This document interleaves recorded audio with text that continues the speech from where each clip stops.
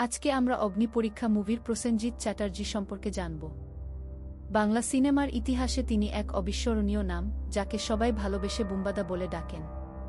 অগ্নিপরীক্ষা সিনেমাটি তার দীর্ঘ অভিনয় জীবনের এক অনন্য নিদর্শন। ক্যারিয়ারের শুরু থেকে আজ পর্যন্ত তিনি নিজেকে বারবার ভেঙে নতুনভাবে গড়েছেন। ৯০-এর দশকের বাণিজ্যিক সিনেমা থেকে শুরু করে বর্তমান সময়ের ভিন্নধর্মী সিনেমা, সব ক্ষেত্রেই তার বিচরণ অবাধ। এই সিনেমাটিতেও তার অভিনয় শৈলী ছিল অত্যন্ত সাবলীল এবং দর্শকদের হৃদয়ে দাগ কাটার মতো। তিনি শুধুমাত্র একজন অভিনেতা নন, বরং বাংলা চলচ্চিত্রের একজন অভিভাবক হিসেবে নিজেকে প্রতিষ্ঠিত করেছেন এবং অসংখ্য কালজয়ী চরিত্রে প্রাণদান করেছেন।